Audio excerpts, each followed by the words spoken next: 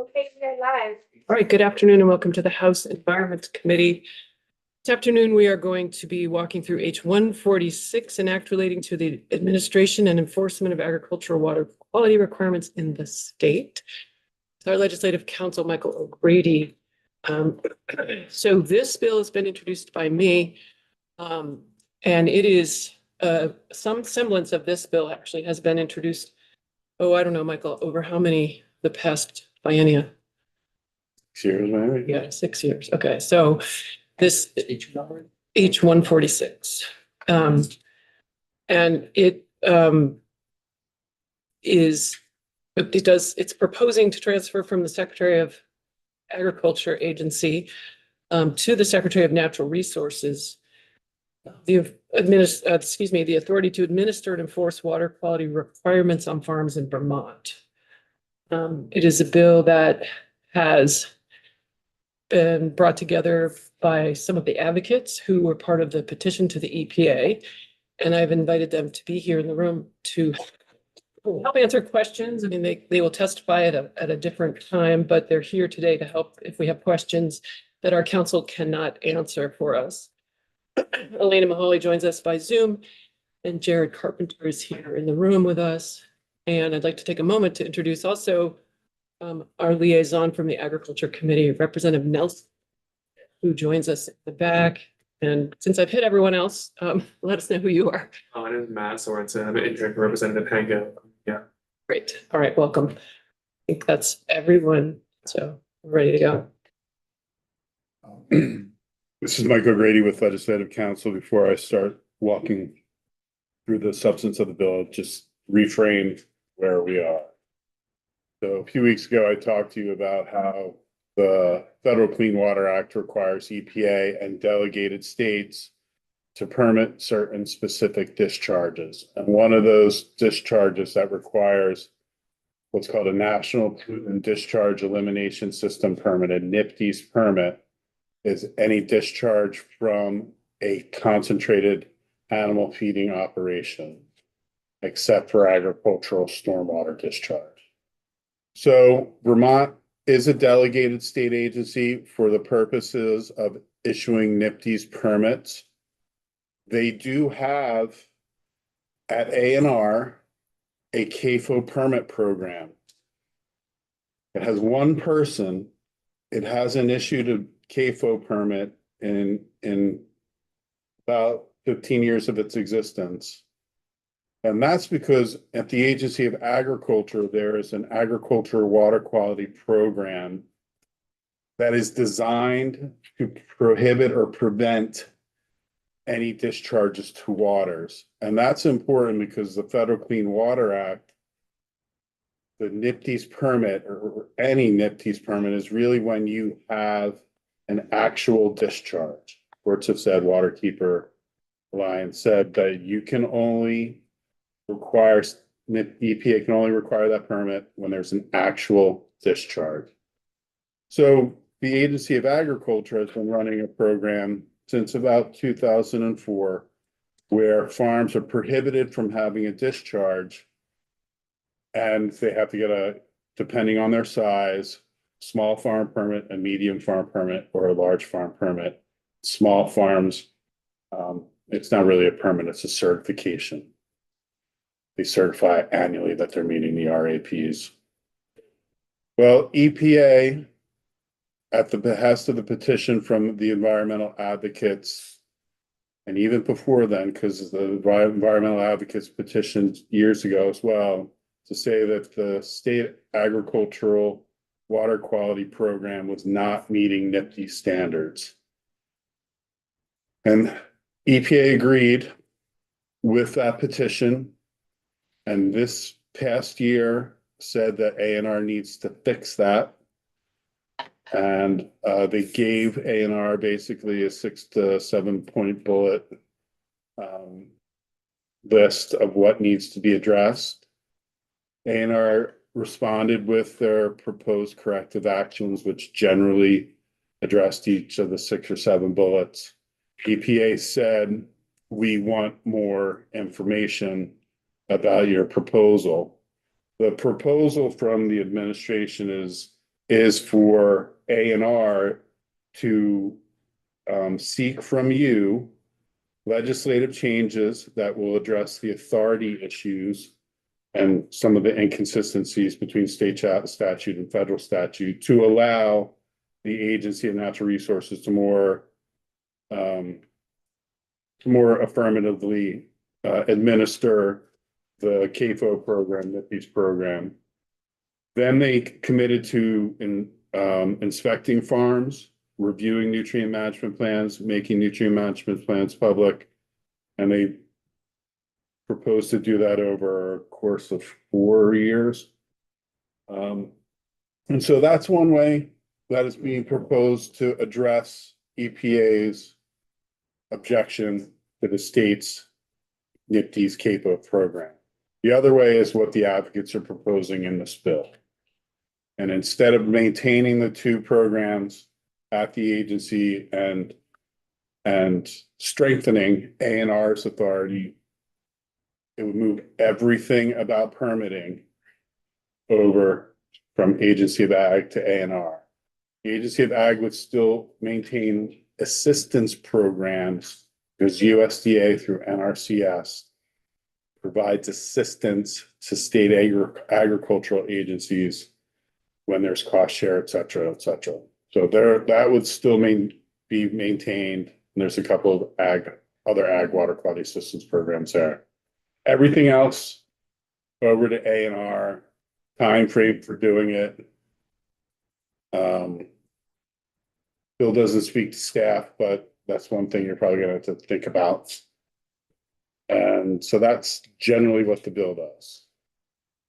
So moving into the specifics of the bill, the first section is really a very long section, and that's because it adds a subchapter to the chapter of law related to water quality. And the subchapter that's being added is a subchapter about ag water quality.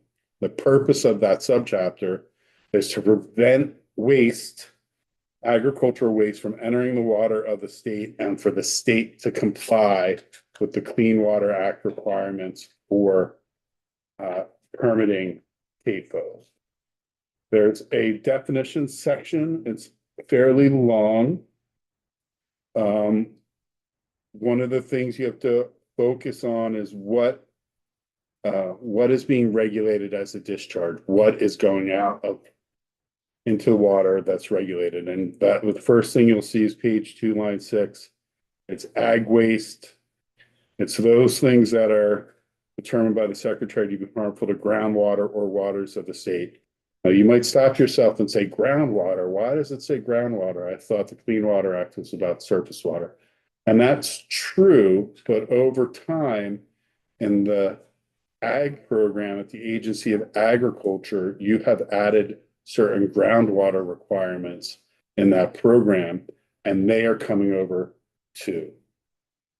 So the Agency of Ag is not going to be doing either the surface water or the groundwater components of the water quality program that's currently at the Agency of Ag. So what is being discharged? It's pretty much anything you can think of: sediments, minerals, heavy metals, pesticides, organic waste, livestock waste, mortalities, compost, et cetera, et cetera. Then the next definition is very important because it's the base for what is going to be regulated. Remember, we're talking about a CAFO program, but before you're a CAFO, you have to be an AFO. And so an animal feeding operation, page 2, it's a lot or facility where livestock or domestic fowl have been or will be stable for 45 days or more in a 12-month period, and there's no vegetation in that area, no forage growth, nothing is sustained in that area. And if you have 2 individual farms that qualify as an AFO back to back, but they border each other and with common ownership, then they shall be considered one AFO. So you can't divvy up your farm into little farms and somehow say that you're going to somehow escape jurisdiction in one way or the other, or come down a level in jurisdiction. If you're back to back common ownership, they're going to treat you as one single AFO. So page 3,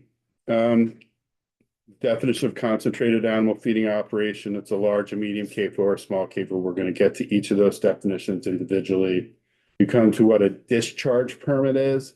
It's the placing, deposit, or emission of any waste directly or indirectly into a well, into the waters of the state, or into a significant wetland, including from a land application area under the control of the CAFO or AFO. I want to stop and say, it says a significant wetland. That means that's a state wetland. It's not the wetland that's defined by the federal government. The federal government definition of wetland is that there has to be a surface connection between the wetland and a traditional tributary or traditional navigable or traditional US water. In Vermont, you don't need that surface connection. You just need to have been either mapped as a class 2 wetland or determined to have such significance and value because of your functions. So such significance because of your functions and values that you deserve some protection. And that's what this is not just US wetlands, it's Vermont wetlands. Moving on from there, you'll see that a discharge from the CAFO is when it's from the CAFO, but it is not agricultural stormwater discharge. This is page 3, line 11. Well, what's agricultural stormwater discharge? Unfortunately, there aren't great federal definitions, but this is a pretty good one from the advocates. It's precipitation is the primary cause of the discharge.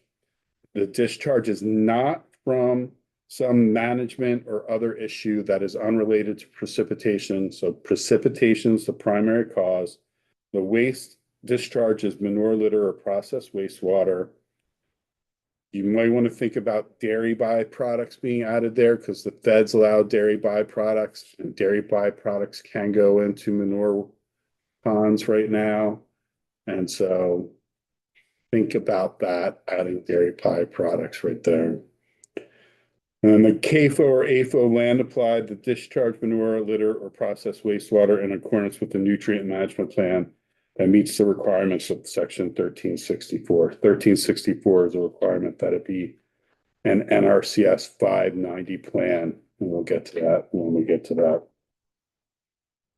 On page 4, you have a definition of domestic fowl, definition of farm, the parcel or parcels owned, leased, or managed by a person devoted primarily to farming that meets the threshold criteria established under the RAPs. If you have 1 chicken, you're not a farm. You need 100 in order to be a farm in Vermont. Farming has the same definition that is used in Act 250. Many of you know that. Land application area, it's the area under the control of an AFO or CAFO, whether it's owned, rented, or leased, to which agricultural waste may be applied. That's relative to the agricultural stormwater discharge exemption. Then you come to the large concentrated animal feeding operation. This is drawn largely from the EPA rule for CAFOs. What you need to focus on here is for dairy animals. If an AFO houses 700 or more mature dairy animals, it is a large concentrated animal feeding operation. I believe there's about 20 to 25 of them currently in the state. Moving on to page 5, livestock is everything you can think of and everything that has been in the state at one time or another, except this one doesn't include water buffalo, which was my favorite because they made awesome yogurt. Then you come to the definition of medium concentrated animal feeding operation, again, focusing on dairy animals. It's those that house between 200 and 699 mature dairy animals. Processed wastewater, we talked about this a little bit already. It's water directly or indirectly used in an operation of an AFO or CAFO for spillage from overflow from livestock or domestic fowl, washing, feeding, flushing pens, barns, manures, pets, direct contact, swimming, washing, or spray cooling of animals, It includes any water that comes into contact with any raw materials, products, or byproducts, including manure, litter, feed, milk, eggs, or bedding. Production area is that part of the animal confinement area, manure storage area, the raw materials area. That's generally where that area, the animals have been for 45 days or more, and it's denuded of vegetation. The RAPs are the current management standards that the Agency of Agriculture has adopted and administers for agricultural water quality. They will be transferring over from the Agency of Agriculture to the Agency of Natural Resources. We already talked about what a significant wetland is, page 7, line 6 and 7. It's a class 1 or class 2 wetland. Small feeding operation is an AFO that is not a large CAFO or a medium CAFO, but it also might not be a small concentrated animal feeding operation either. So the small AFOs has discretion, or the secretary has discretion to determine whether or not a small AFO is going to be a small CAFO that requires a permit. That's why you have small farms, small AFO, small concentrated animal feeding operation. There is some discretion in the program for the agency to require these small entities to get that CAFO permit. A small farm, small dairy farm is any that has not more than 199 mature dairy animals. Moving on from there, page 8, line 8, waste storage facility. That's a fancy name for your manure pond. Page 8, line 12, powers of the secretary. This section, it's a little unique or unusual for being right here in this chapter, but it's here because it mirrors the existing chapter in ag water quality and the powers of the secretary currently for this ag water quality program.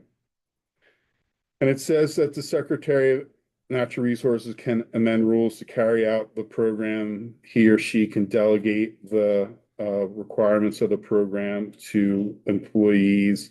They can enter onto lands. So you know, it's usually a condition of the permit. Agency of Agriculture generally gives some notice that they're going to come and enter onto lands. That's part of one of the things that EPA said, or at least implied, that they have to do kind of the words escape me, but like Surprise. well, not surprise, but you can't give the farm, advance notice that you're coming. The agency can solicit and receive federal or private funds. They can cooperate with federal government in meeting the requirements for regulation of ag pollution. There's a ag water quality special fund. And Can I just interrupt for 1 minute? Solicit and receive federal or private funds. I mean, can't the secretary do that already? Why is that called out here? it's actually one of the default kind of boilerplate provisions in most special funds to give the entity that's administering it the ability to go get funds specifically for that fund. Yes, the secretary can do that. Yes, all the secretaries can try to do that for the multiple different agencies and departments. This is just to allow for it to be deposited into that special fund. So the Ag Water Quality Special Fund, there is existing Ag Water Quality Special Fund, and the revenue in that right now is partly from the fee on CAFOs. It's partly from a fee on certain fertilizers and feeds and inputs. And then it gets an annual appropriation from the Clean Water Fund, because the money in the Ag Water Quality Special Fund isn't enough to pay for all the staffing at the Agency of Agriculture that is necessary to run the program. This bill has some shortcomings on the funding in that regard. You're gonna have to like fix some of the mechanics to make sure that A&R is getting effectively the same amount of money for the same number of staff that the Agency of Ag is getting. Right now, I don't think it does that. What does get put into the fund underneath this bill is the application fee for the new CAFO permit at A&R and the annual operating fee for that. So whenever you apply for a NIFTY's permit, you have to pay an application fee, and then you have to pay an operating fee for the length of that term. So say it's a 5-year permit, you pay your application fee on your first year. You also pay your operating fee, and then the remaining 4 years, you pay an operating fee for that permit. The operating fee is tiered based on whether or not you are small, medium, or large. The small application fee is $250, the medium is $500, the large is $750. The small operating fee is $500, the medium is $1,500, and the large is $2,500. So that is being proposed. This is a little bit different from most A&R permits. Most A&R permits, the fees go into what's called the environmental permit fee. And it's used specifically to pay for staffing at A&R. You're pulling those fees from the environmental permit fee and you're going to put them in here. So they're new fees that were never going into the environmental permit fee fund to begin with, but you're creating a distinction for this program.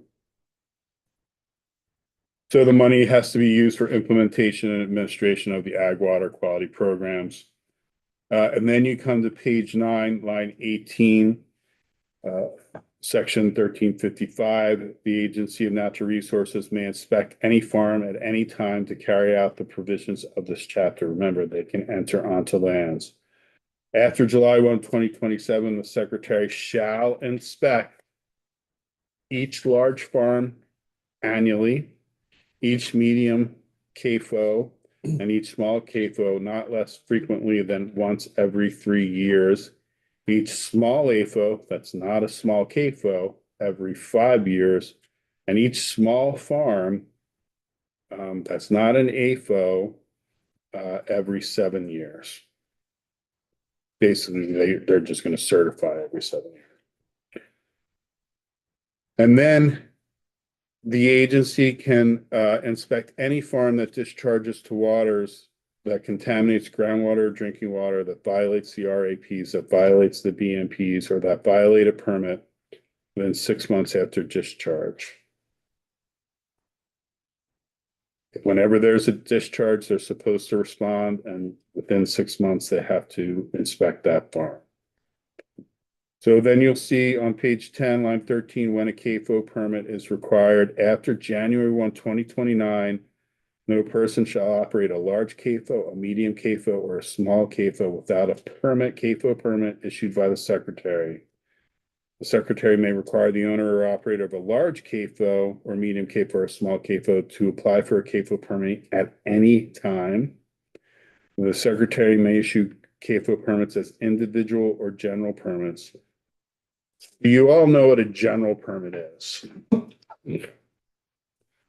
So an individual permit is kind of intuitive. You want the individual farm, individual person goes to a regulatory agency and says, I want a permit, and the agency gives that individual a permit. A general permit is when there are a class of individuals, class of businesses, class of like-minded entities that have basically are operating in a similar way. The agency adopts one permit called the general permit that specifies all the requirements for that class of individuals. And then anyone that's covered in that class of individuals doesn't have to go get that individual permit. They just file with the agency that they are seeking coverage under the general permit. It's a way to reduce administrative bureaucracies, administrative requirements when you have this similar group of like-minded entities or like entities. But that's what a general permit is. Representative Could you give us an example of a group that would do that? Sure. So every construction project that disturbs a half acre or more of land in Vermont needs to comply with the construction general permit. So think about it. Everything that's disturbing a half acre or more of land has to seek coverage on the construction general permit. Now, the construction general permit is unique in some respects because it's a non-reporting permit. It just tells you what you have to do if you're going to disturb that. But the agency may require you to come get an individual permit if they think, because of the nature of the activity, it poses a significant threat of stormwater runoff to a water. Thank you.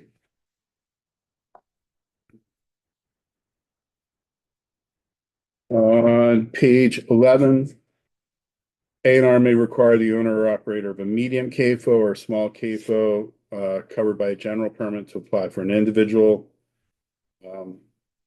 CAFO permits have to comply with the permitting requirements for other water quality permits in 10 VSA 1263. They have to list the volume, the characteristics of it, the frequency of the discharge. It's a 5-year permit term. Those are really the ones from 1263 that are going to apply to this program.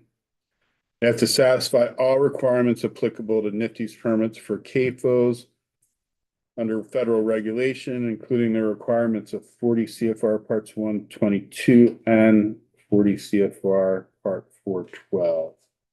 Now, 40 CFR Part 12 are specific requirements for each individual or kind of specific type of CAFO. So there are specific requirements for dairy CAFOs. There are specific requirements for pig CAFOs. There are specific requirements for duck CAFOs or poultry CAFOs. And so those are all things that the CAFO will have to comply with depending on what type of livestock they have. For dairy, the key one is that they cannot have a discharge unless the discharge is from a rain-related event that is a 25-year, 24-hour storm event, and their facility was designed to control any event up to that standard.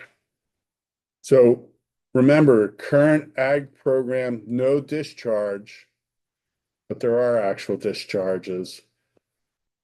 Proposed program, no discharges for those dairy CAFOs, but they can actually have a discharge if it's from a 25-year, 24-hour rain event.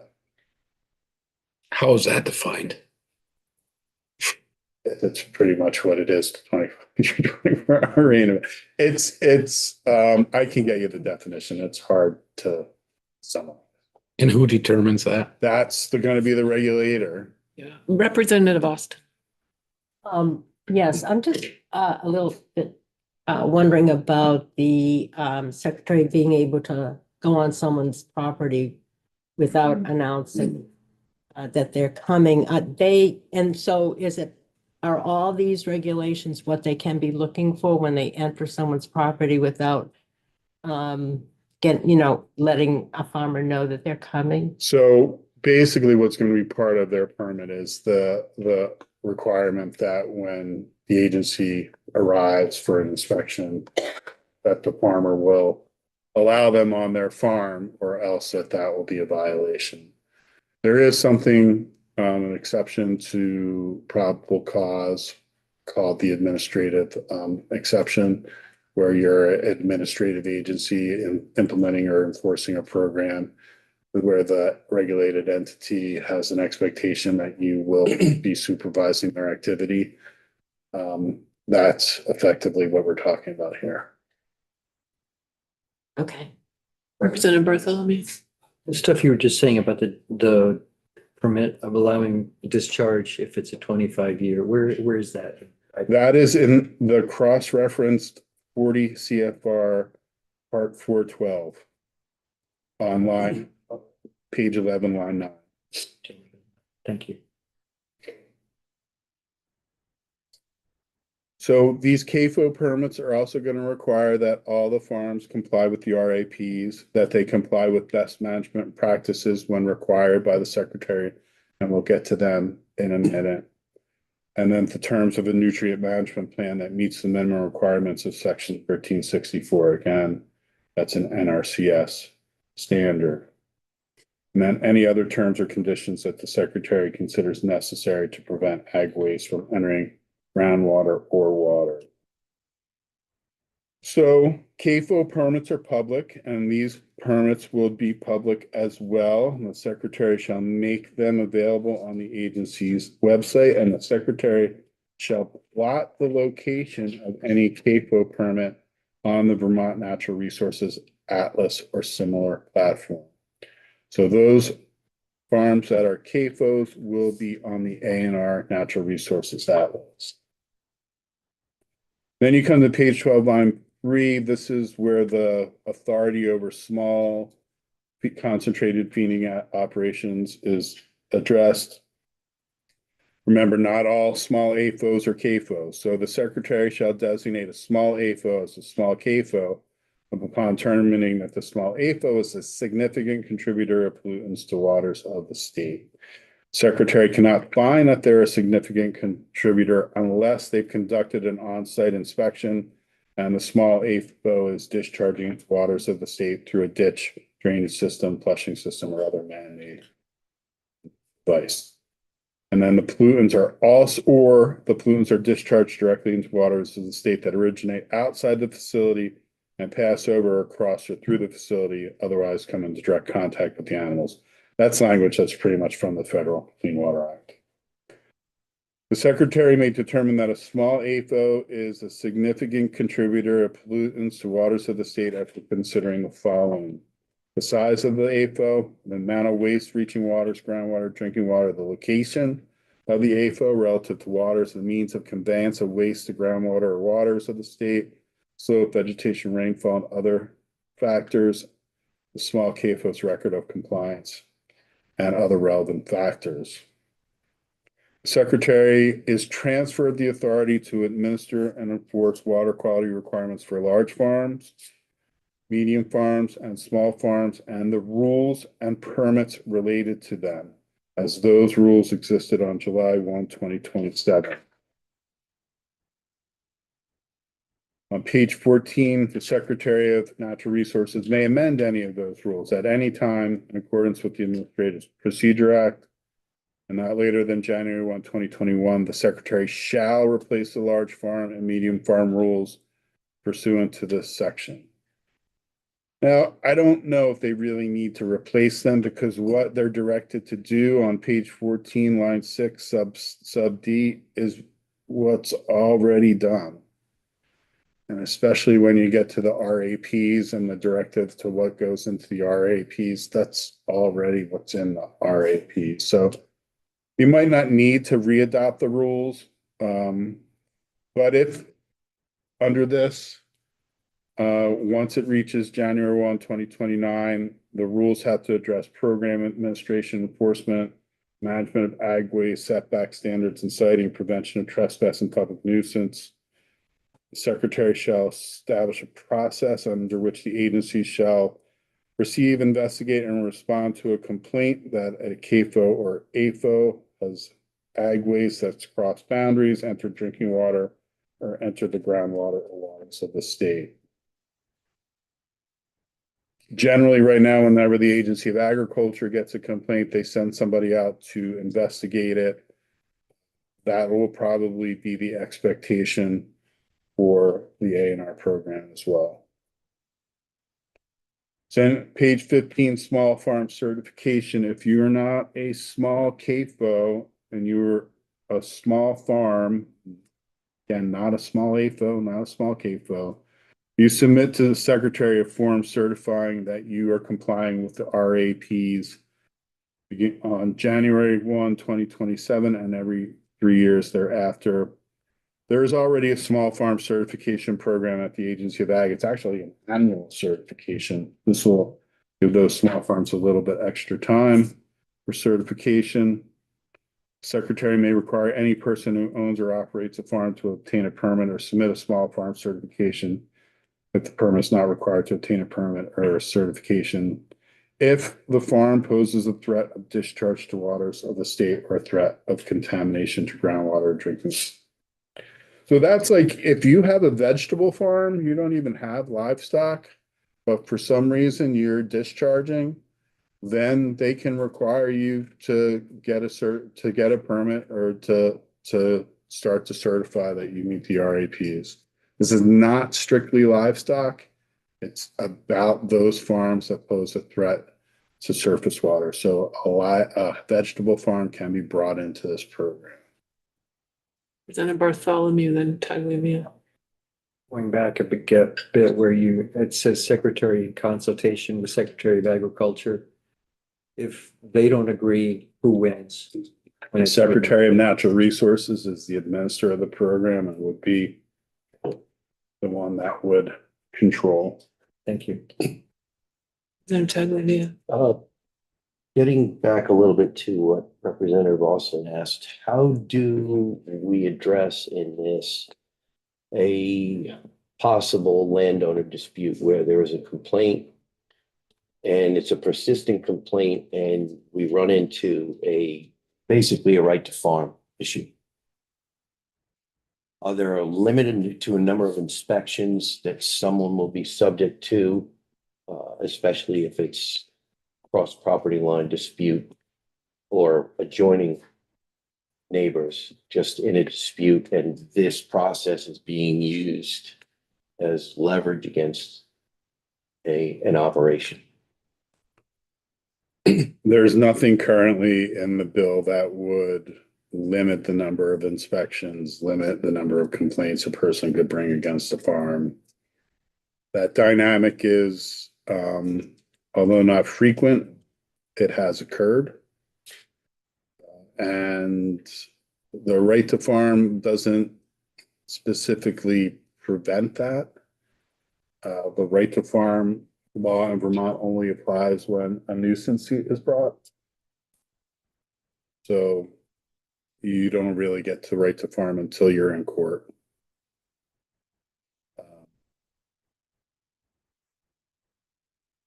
That's a whole nother discussion, so you can do that.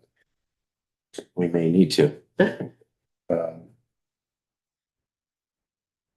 And so, no, it does, to answer your question, it doesn't speak to that. But the secretary is gonna, we already went by it, have to come up with a process for responding to complaints.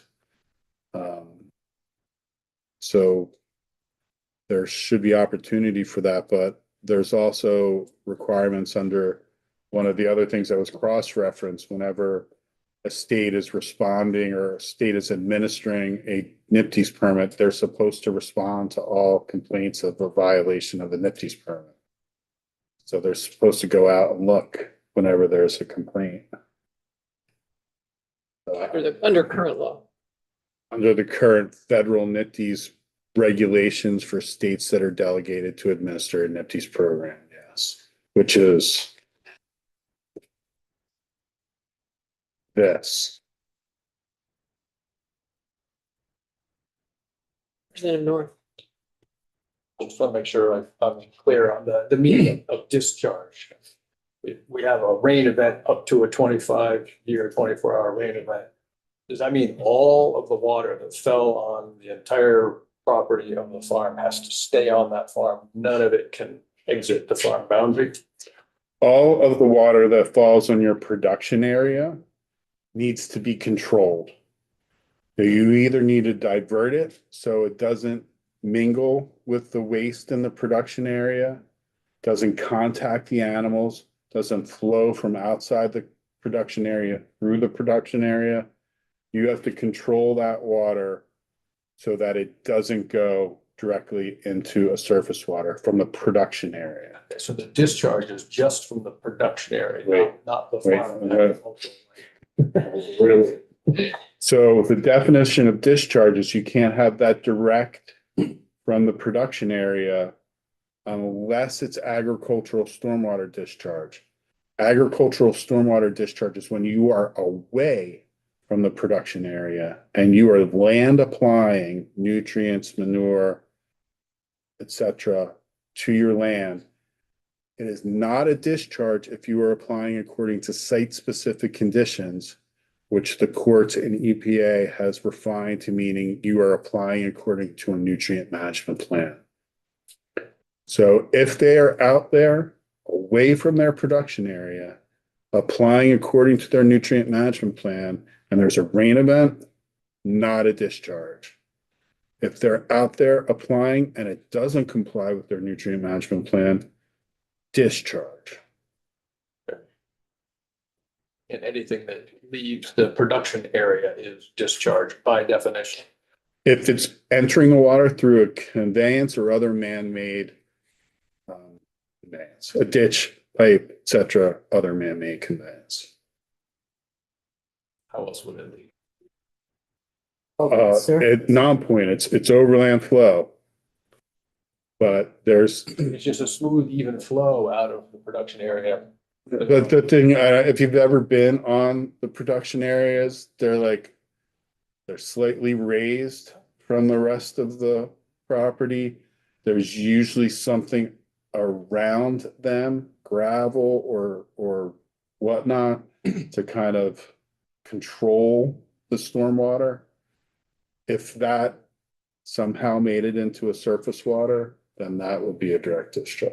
But if it just flows out into the agricultural. If field, it, say, came off your production area, say the back of your production area backs up to your cornfield. Yep. And it just like flows off that, you probably could get away with not being a direct discharge.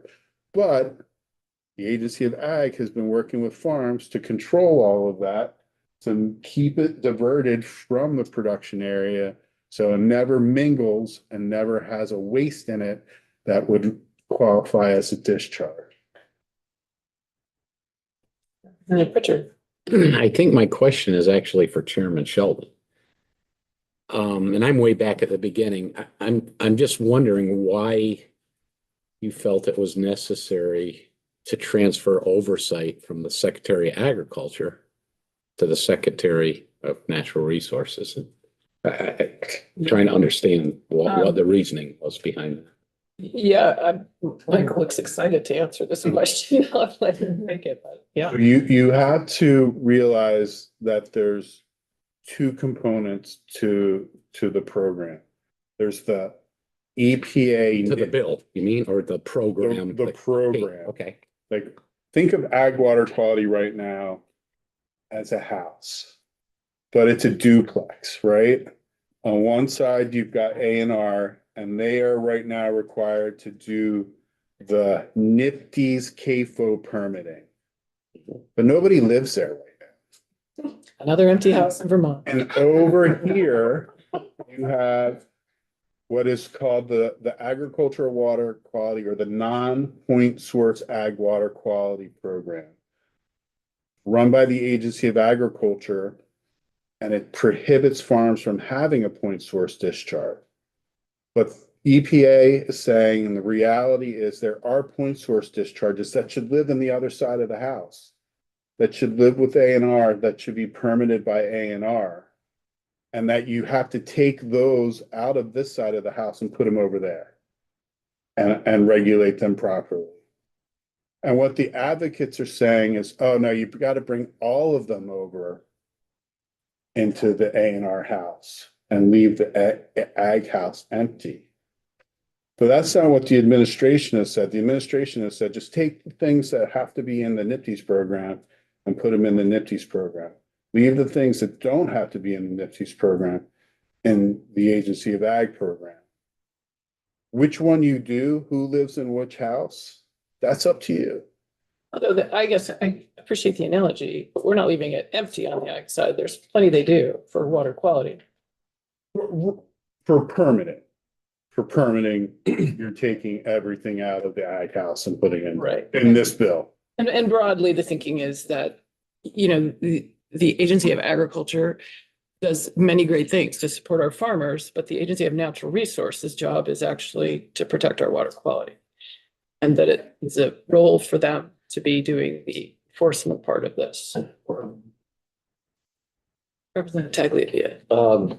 Two things.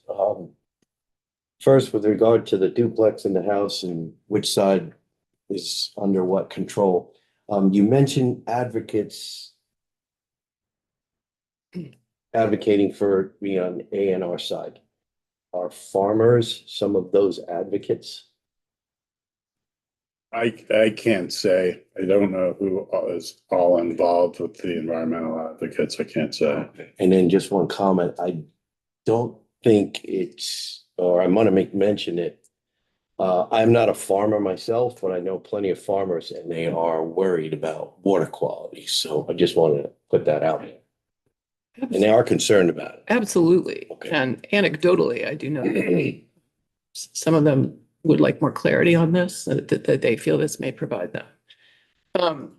And I do think it's also important to say that it isn't just the advocates, it's also the EPA who's endorsing this concept. Endorsing it or requiring it?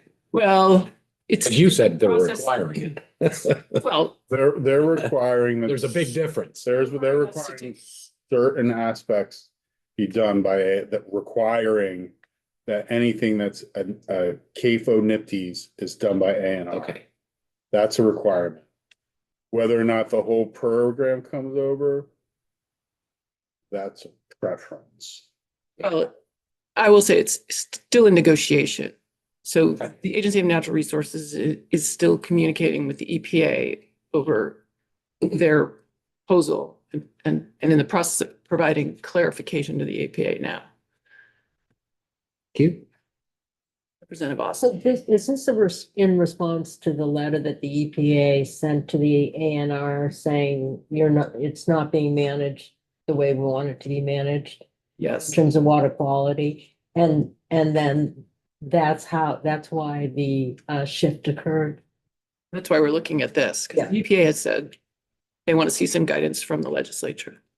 Because of our water quality wasn't reaching a certain standard. And they looked at the point source and non-point source of farm of agriculture as a source for how it was impacting our water. They looked at the administration of the program and said that a program run by A&R wasn't meeting the federal minimum requirements. Right. And that in order for the state to continue with administering any of the NIPDES permits, the state had to correct that. And there are two proposals on the table for correction. One is this bill. One is what the administration has proposed, which is not moving the entire permitting house, but just those components that are related to the CAFO NIPDES. Thank you. That helps. That clarification. Thank you. Should I move on? Are you good to keep going or do you want to break? I'm fine if you're fine. We're great. I know my voice can put people to sleep.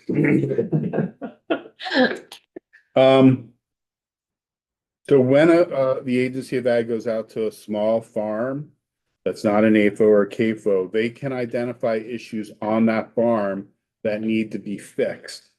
And they can tell the farm how they are going to fix them. And when they are out there on a small farm, and this is kind of a holdover from the current program, they will talk to that farm about how they can access capital to find the financing to fix or to come up into compliance. Then you come to page 16, line 9. This is where A&R is required to amend the RAPs or really replace the RAPs. And when they so do, on page 17, you will see all of the things that are supposed to be included in the RAPs, specific conditions that they shall ensure that practices on the farm eliminate adverse impacts to groundwater, drinking water, and surface waters. That they will have field by field nutrient management plans that are that are meeting the NRCS 590 standard. Then these are things that are already in the RAPs about no stacking. You can't stack in a floodway.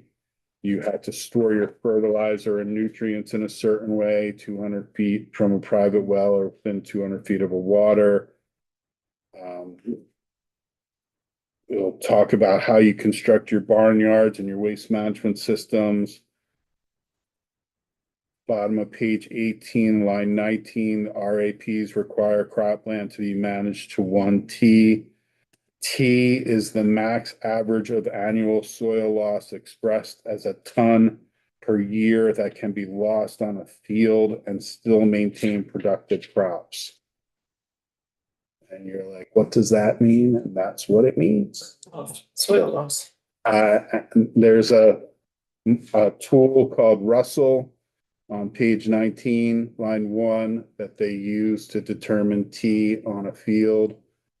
And they will continue to use Russell. On page 19, the RAP shall require farm to comply with standards for maintaining buffer zones. At a minimum, the buffer standard shall prohibit the application of manure on a farm within 25 feet of the top of the bank or within 10 feet of a ditch that is not a surface water under state law.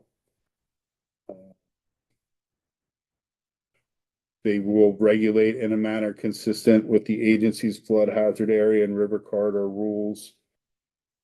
I could spend like 20 minutes on explaining that, or I could move on. Move on for now.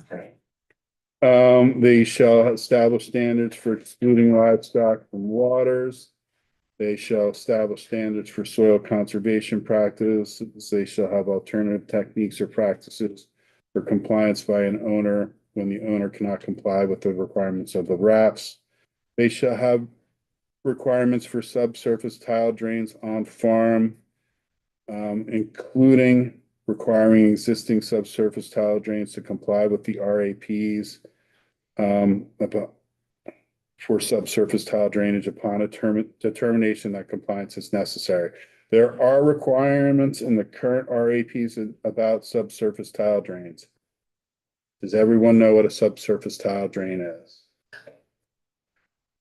is? Move on. We have quiz later. Pardon? They shall include requirements for activities occurring in areas that are excluded from regulation by ANR because they are wetlands. They're farming on wetlands. That's another 20-minute conversation. Because there are wetlands that are exempt from ANR regulation if they're farming, if they were farmed before a certain date. And there are wetlands that you can farm on them as an allowed use. So that is, there's going to be requirements under the RAPs for farming in wetlands unless they are excluded from the agency's authority. On page 21, the RAP shall include a process under which ANR shall receive, investigate, and respond to a complaint. The RAP shall authorize the farmer to petition the secretary to reduce buffer sizes. And compliance with the RAP shall not entitle a farm to a presumption that the farm does not discharge. Right now, in state water quality law, it says a farm that is complying with the RAPs is presumed not to discharge. A farm that's complying with the RAPs also doesn't need a stormwater discharge. A farm that's complying with the RAPs is also doesn't need a groundwater permit. So those are, the RAPs are a criteria that provides certain farms or most farms with an exemption under water quality law. And this bill is saying that those presumptions, those exemptions are no longer going to apply. Loss of these exemptions you just talked about. Do we know how much that could add to the cost of yearly expenses for a farm, regardless of size. Well, I mean, the exemptions are really going away because you're now in this permit program. And you don't need an exemption from a program you're already gonna be in. The farm is probably gonna be operating substantially similarly to what it was how it was operating before. Remember, current standard at the agency VAG is no discharge. Standard for the CAFO is no discharge unless it's 25-year, 24-hour. So it's still kind of a no discharge. So they're going to be operating pretty similarly, but you're going to have a different enforcement mechanism and a different enforcement agency. So I don't see substantial cost increases because these exemptions are going. But if we have the potential for more inspections and more violations, that could be added to the cost. Well, that's a good point. That's a good point. Thank you. Representative Chait. The section on the RAPs, is this largely, other than the places you've noted, following what the current practice is with RAPs? Yes, yes. I mean, I wrote this language, but I wrote it 10 years ago. And now it's been tweaked and moved over into a new chapter. So I know what it looks like. Other hands. Just Yeah. quickly, and so following the RAPs had been providing exemptions from what? Say, stormwater permits, like a stormwater operating permit. It just says that you don't need a stormwater operating permit if you comply with the RAPs. The rules, all CAFOs to get a permit. You're permitted as a CAFO with it. What you're saying is this is a separate stormwater permit you don't need? Is that what you're saying? Yes. Okay. So this is not a stormwater program. This is a direct discharge program. Stormwater is more of a non-point source program. And currently under that the 3 acre is a stormwater non-point source. And some farms likely would have triggered that, but currently there's a provision that says you don't need an operating permit if you're a farm complying with the RAPs.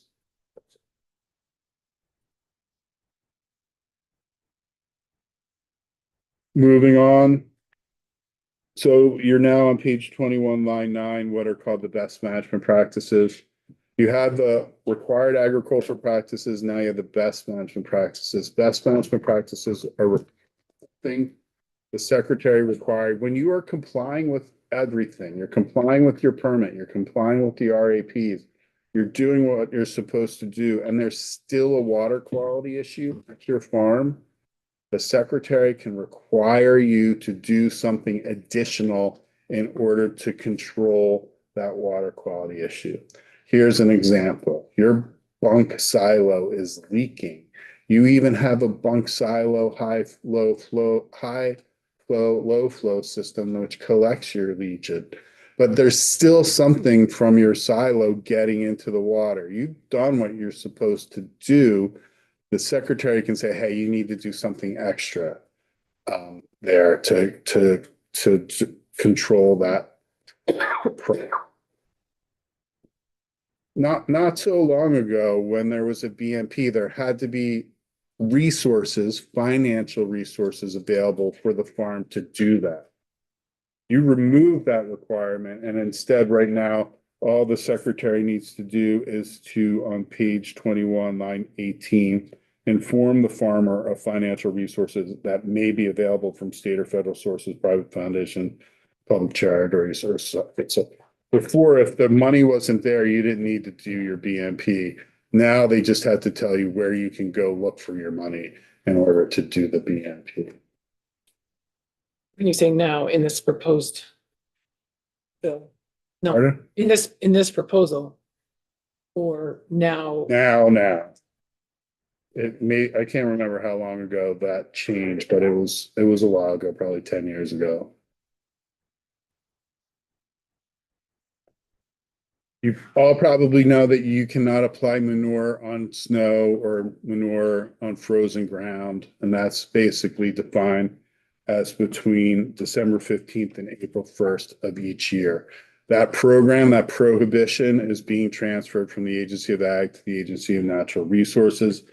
The secretary currently and underneath the transfer will have the ability to expand that prohibition from December 1st to April 30th, if necessary, to prevent the runoff of manure into waters due to weather conditions. They can also authorize an exemption during the seasonal ban in order to allow for application on a case-by-case basis, field-by-field basis, if necessary, subject to conditions. Those conditions are on page 23, lines 1 through 15. Michael, what's the history of the December 1 to 15 window? Like, why not just pick a date? Why not what? Just pick a date. I mean, this is creating a window between December and April, right? Right. So why not just say December 10th to April 10th? Because there were situations where it was, it got to April and there was still a ton of snow on the ground. So they change it in real time. Yeah. Okay.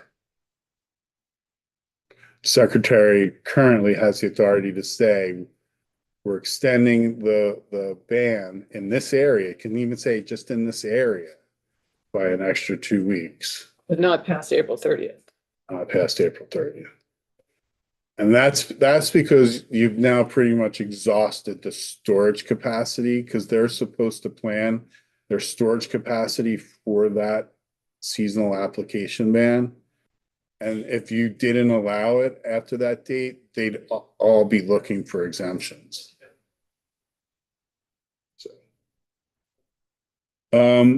you're now going to hit a couple of training sections that I'll move through quickly. Agricultural farmers, everybody that's got an SFO, MFO, or LFO has to do training about the water quality requirements. They have to do 8 hours over a 5-year period to get that ag water quality training.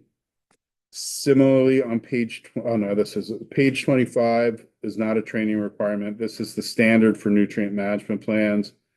Again, it's the USDA's NRCS 590. It's a nationally recognized and implemented standard. It has flexibility in it, which is helpful. It does not mean that it's a simple document. The document can be very complex depending how big your farm is. It can be very long because it has site by site, field by field conditions. They can be expensive. Every farm has had to have one, so most farms should have them. You could have done your own under previous standards. This allows the secretary to approve equivalent standards to 590, but there might be some cost involved in some farms coming up to 590. But I think most of them are at 590 as it is. Representative Austin. Pardon? Representative Austin has a question. Is it safe to assume that most farms in the US that this is kind of like a boilerplate? The 590 is. No, but all the regulations that are in this, that most, because it comes from the EPA, that most farms in the United States have to comply with these regulations, okay. Okay. What the farms have to comply with is the component of the federal regs that's related to their specific CAFO. And so this is that. Mhm. And so it has the specific requirements for swine, poultry, veal, etc., dairy. The Vermont program has additional requirements from the federal minimum. Because states can do that. States can build on the floor of the federal requirements. And you have done that. The General Assembly of the state has built on that floor. the training requirements that we're gonna get to, that's not required in every other state. Thank you. So you'll see, Representative Chapin. But it is currently required in our state of farms. yes, 590 is the requirement. The training is a requirement. These are not, they're just transferring the house that they live in. I'm not sure everybody understands where much of this is exactly what happens on the ground now. We're just transferring it to a different Oh. agency, although there are some changes in here. There are differences in this, you know, and I've tried to point them out. But much of this is just you're moving houses of the same furniture. So, Gotcha. and you'll see one of those on page 27, 1365.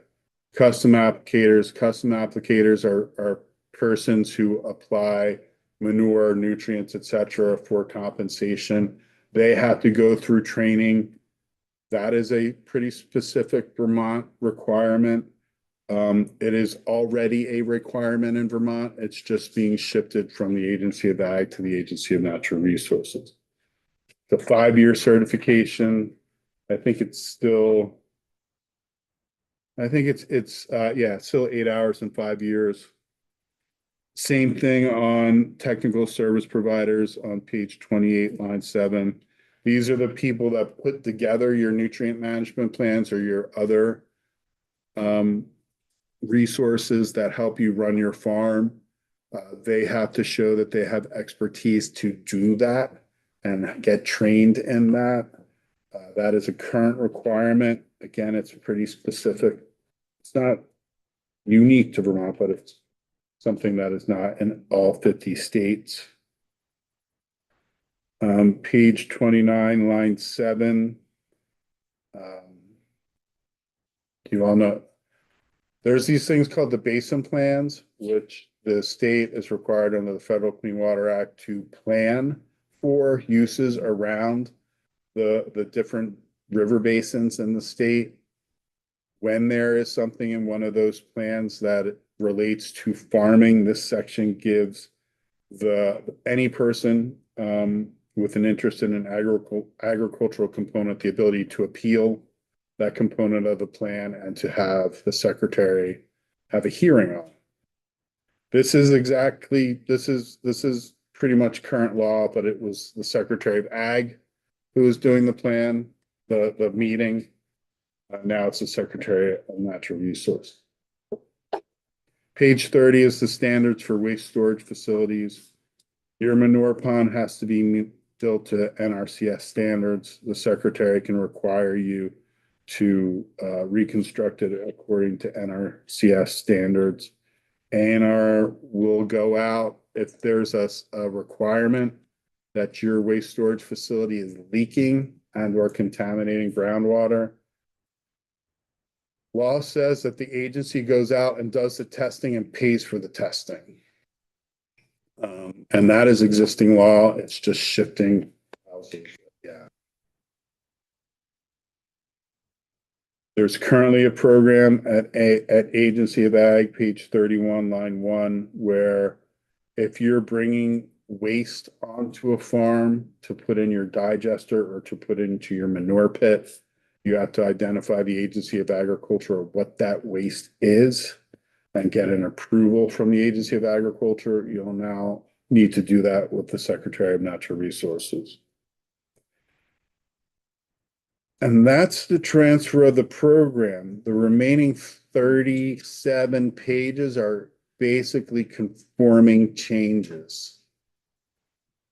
Do you want me to go through the conforming changes? No, but it would be helpful to tell members what that means. So every time there's a reference to the RAPs issued by the Secretary of Agriculture, you have to change that to the Secretary of Natural Resources. Everywhere where there was an exemption that related to complying with the RAPs, it doesn't apply anymore. You need to remove that. Everywhere where the program is shifting from the Agency of Ag to the Agency of Natural Resources, you show how that's being struck. You're showing how the ag water quality program, and you probably could have shown this a little bit more, is being condensed from a permitting and regulatory program with enforcement as turning into a water quality financial assistance program at the Agency of Ag, which they already do, but it's in their larger program. So though, that's what the conforming amendments do. There are some that are more interesting than others, but that's really just making everything consistent with the tip of the program. One of the, I mean, there are things like current use. If you are not complying with the RAPs, or your LFO, MFO permit, the Secretary of Agriculture can inform PBR and have you unenrolled from current use. And so that needs to be a conforming change there. So it's not the Secretary of Ag that's informing, it's the Secretary of Natural Resources. And there are examples like that in the 30+ conforming pages.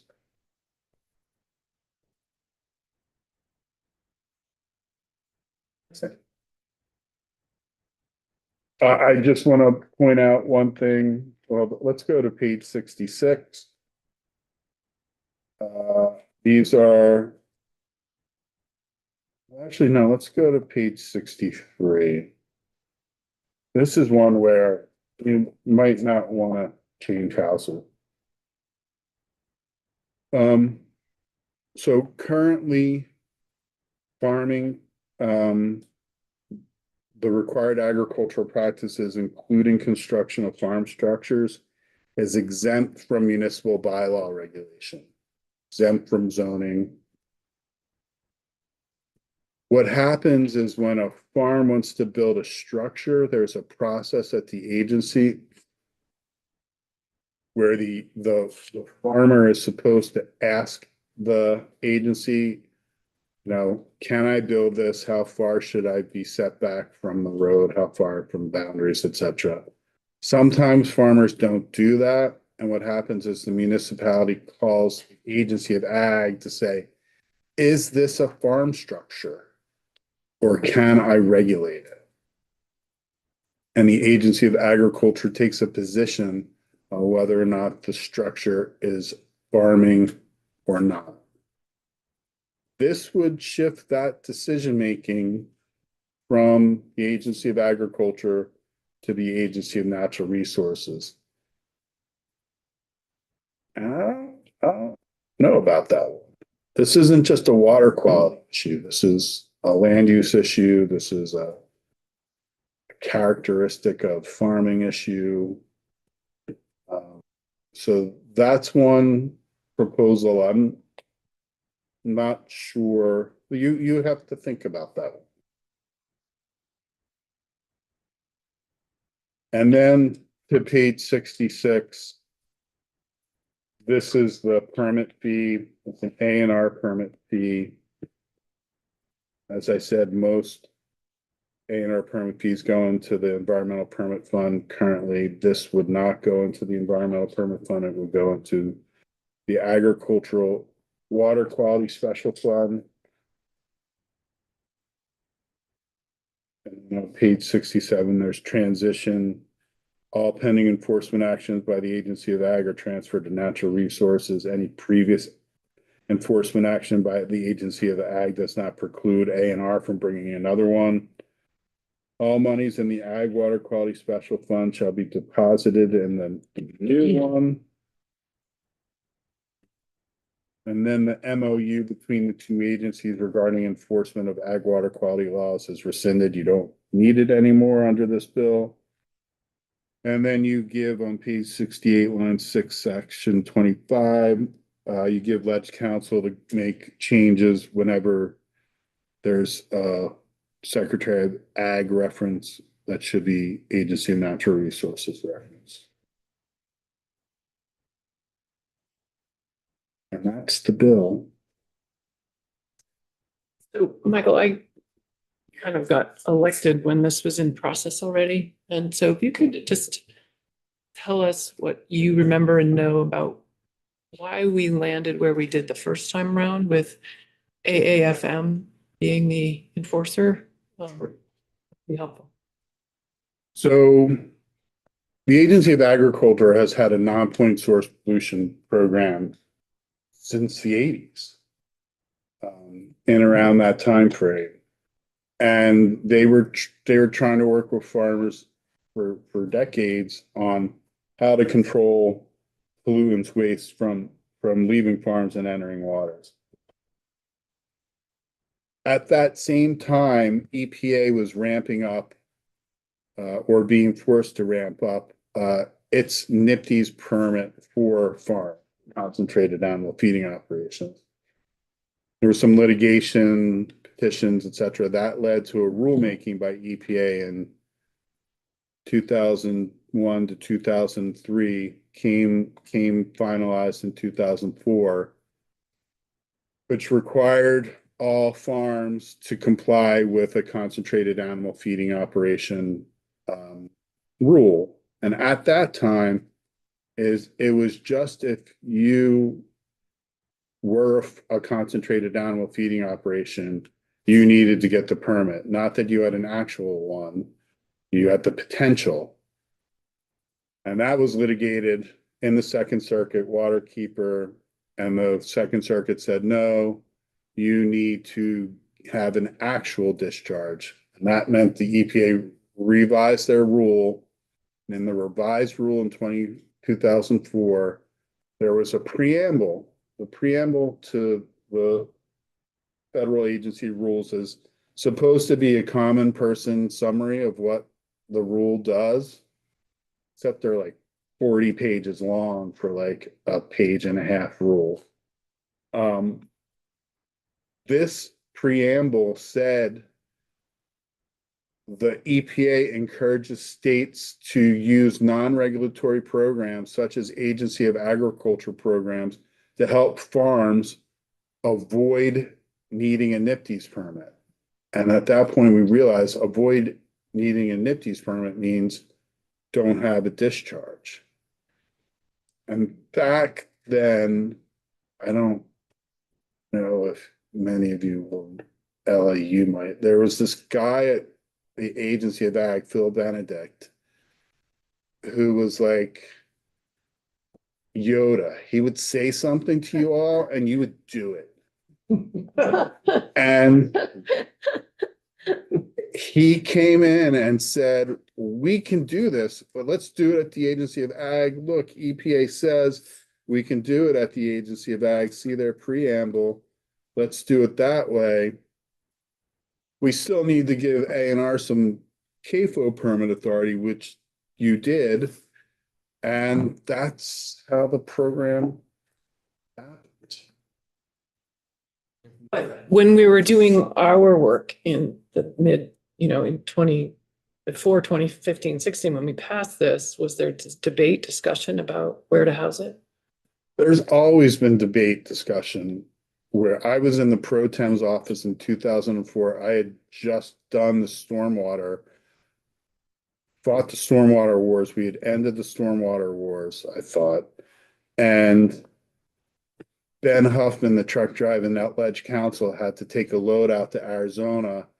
And I got thrown into the Pro Tem's office to finish the CAFO thing. And I walked in there. It was CLF, it was DNRC, it was the Agency of Ag, and it was a debate. Where does this go? In 2004, we were having that debate. We've had it ever since.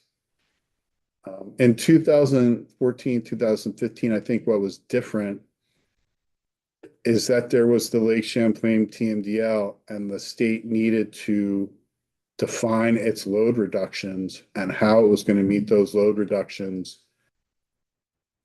And there were programs in place that could be modeled and additional requirements in those programs that could be modeled and showing where you could get those load reductions in the current system. So there wasn't a ton of discussion in 2014 to 2016 about transferring the program. It was about getting that load.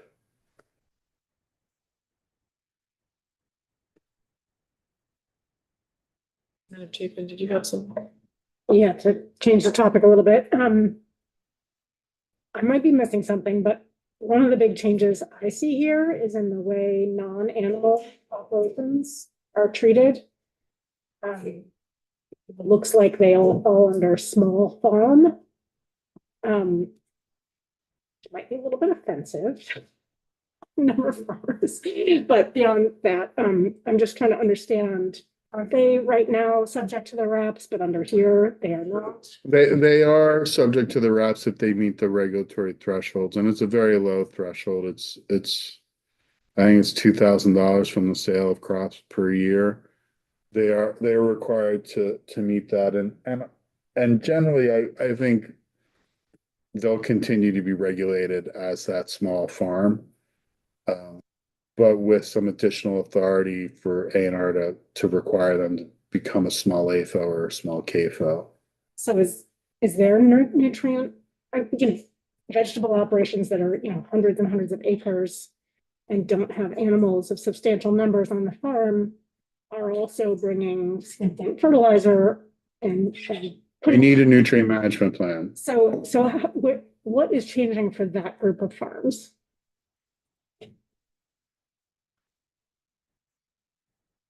And I understand, It's some could be using it's manure. some- really not much. But it doesn't look like they're subject to the reps here. Am I missing something? No, I think they'll still be subject to the RAPs if the RAPs maintain the definition of farming. That includes the $2,000 of production. Maybe I'm misunderstanding something. Okay, thanks. Any more further questions, Representative Bartholomew? I heard you earlier, but I've lost track of where the section is that deals with staffing. There is no section in this that deals with staffing right now. Mentioning what funding, staffing, you're transferring a bunch of responsibility. Does that mean that ag loses FTEs? And That's for you all to figure out. that's not even in here yet. It's not in there.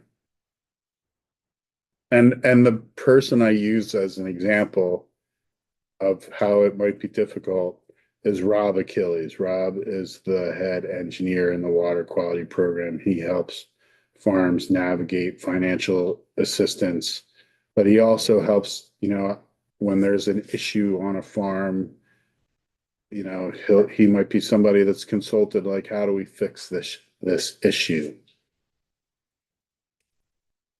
I don't know where you put Rob. I think Rob will probably want to stay with the Agency of Ag, but you're going to probably need somebody else like Rob at A&R to do Rob things. Just remembering when agriculture, when the secretary was in here and they went over, I don't remember what they said, but there's a significant number of people over there who address this. So either they move or they presumably become unemployed.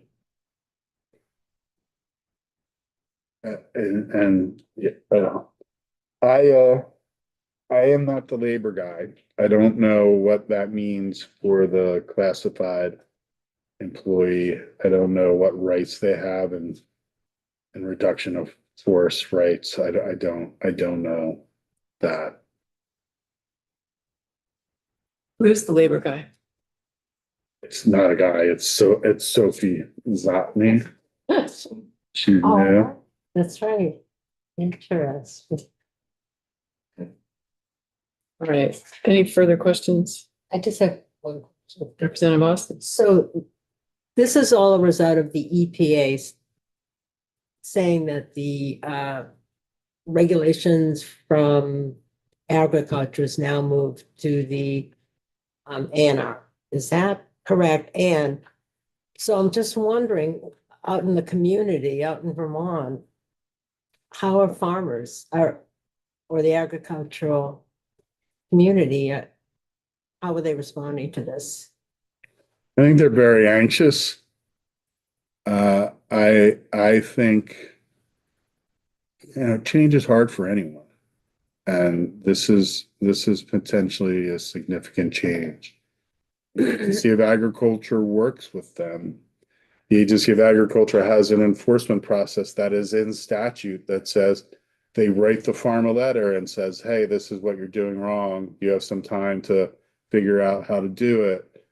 This is, your schedule. Get back to us. They work with the farm to try to get them into compliance. A&R doesn't have that same trade for them to do that. They can show up and ensure it's continuous and say, stop, you're doing what you're doing now. And they don't have to work with the farm. They could do that. They could do that now too. They could do that. The A&R could do that, yes. They could, they have the jurisdiction to Yeah. do that. Oh, okay. But now you don't have the soft hands that was Mhm. dealing with arms. You have they don't have that same kind of traditional way to work with the farm. They've lost their advocate. Representative Bartholomew, tell me. Just gonna add to that is ag is in an interesting position because they currently have this regulatory role, but they also have the mission of promoting farming and agriculture. So they're constantly having that balance, which, That tension. one thing I'm sure ag would be arguing is that right now, you have someone going out doing these inspections who understands farming. Well, what the Agency of Natural Resources has proposed is that there will still be somebody from ag on the inspections. And the EPA said, well, A&R has to be clearly the lead that in order to do that. Who was that? A&R No. EPA. EPA said A&R needs to clearly be the lead on these NIPD's inspections. You can have somebody there from farming to help, but they're to help, not to lead. Representative Tagliavia, did you? Yeah, the situation you described where if A&R was to be given this house swap would take place, they would be the enforcement. Is it safe to say that right now, the way it is, although A&R does have that enforcement ability, that ag in the position it's in now is kind of a buffer between the farmer and that enforcement to give the farmer leeway and more time without being told you have to shut it down? So there's an MOU between the two agencies about how they're supposed to handle enforcement. And so if you read that strictly, there's probably not that much of a buffer. But in reality, remember, there hasn't been a CAFO permit issued by A&R. There's probably in practical reality a buffer.